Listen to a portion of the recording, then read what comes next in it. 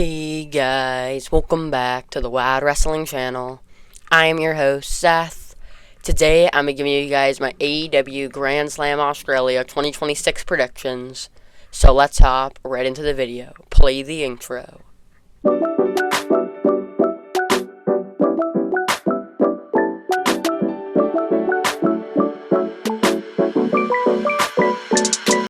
First up, we have Jon Moxley defending his AEW Continental title against Konosuke Takeshita. This match came about as over the last couple weeks we've been seeing the Don Callis family and the Death Riders going at it on Dynamite in six-man tag action and all sorts of brawls and stuff like that. So we can tell that the Don Callis family and the Death Riders have a very big feud going, and Konosuke Takeshita and Jon Moxley are two of the biggest figures in each faction. They both won the Continental title, so why not? Well, Jon Moxley's the Continental champion, and Konosuke wants the Continental title, so why not give them a little match here in Australia? I think this is going to be a barn burner. Two amazing talents who know how to just put on a great match here. I think they will really tear the house down and really pull off something incredible. But in the end, I'm going to take Jon Moxley to get the win here. I don't know if it's something to do with Okada or something like that might cost Takeshita, but I still feel like Jon's very early on in his reign, and he definitely deserves a lengthier one after ending that really long reign of Okada. So I'm going to take Jon Moxley to retain his AEW Continental Championship. Next up, we have the Babes of Wrath defending their AEW Women's World Tag Team titles against Penelope Ford and Megan Bayne. I mean, these two teams, I feel like they've been going at it for at least months. All the way back into late 2025, they've been having rivalries. And now that the AEW Women's World Tag Team titles exist, and the Babes of Wrath are the first champions, they definitely needed to set up a good feud here in a match. And no better place to do it than Grand Slam Australia, a big stage for this match to come about.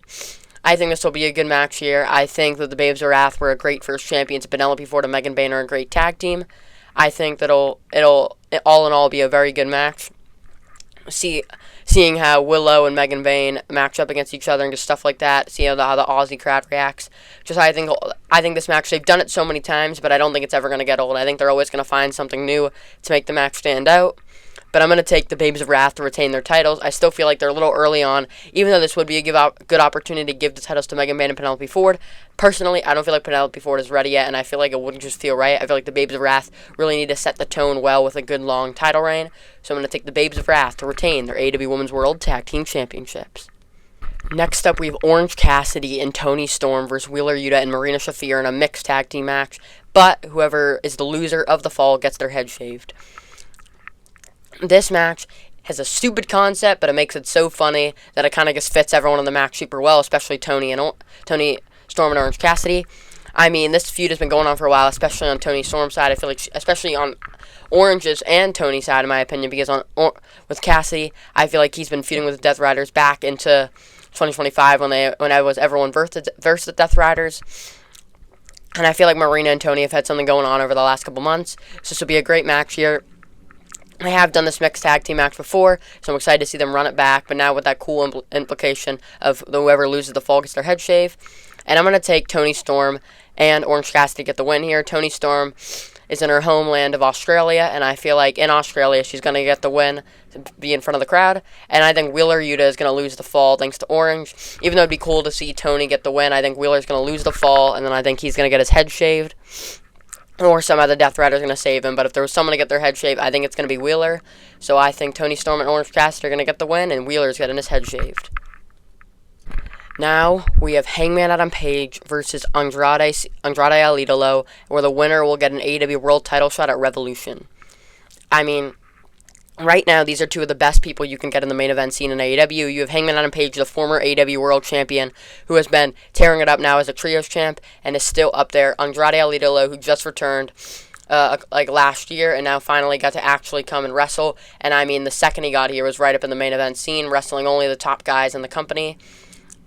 And I think now that he's back in the company for a second time, AEW is kind of redoing him to now put him really in the top spot. So this will be a great match here. I think that they're going to tear the house down. They're two such good talents. This probably is going to be match of the night. I mean, they are going to absolutely destroy each other and make a great match. And in the end, I got Andrade El Idolo walking out on top. Like I said, Hangman was just AEW World Champion, so it doesn't make sense for him to go feud, especially with someone like MJF or Brody King right after he won the title, especially because I just don't see him in that feud.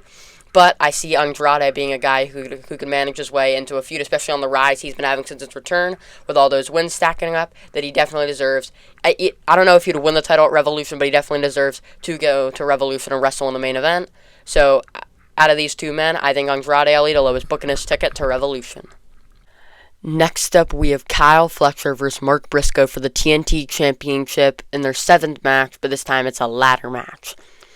To be honest, I don't really feel like this match should be happening. I don't know why they took the title off Tommaso Ciampa so quickly and give it to Kyle Fletcher. It would have made a lot more sense if they wanted to take the title off Tommaso to do it here at Grand Slam when Kyle could win in Australia. I don't know why they did it on Dynamite, but either way, this also was kind of annoying because, why are they doing the 7th Mark Briscoe and Kyle Fletcher match when we could have done Tommaso and Kyle here? But either way, this should be an awesome ladder match. Both men are capable of doing crazy things, and I think even though it's the 7th and it could be overplayed, the ladder match will make it interesting and more of a better match. And after a brutal match, hopefully with some crazy bumps and crazy spots, I think Kyle Fletcher's going to get the win here. First, he's in his homeland of Australia. Of course, he's going to win, but also he just won the title. No way that they're going to take the title off Tommaso and make Kyle lose immediately.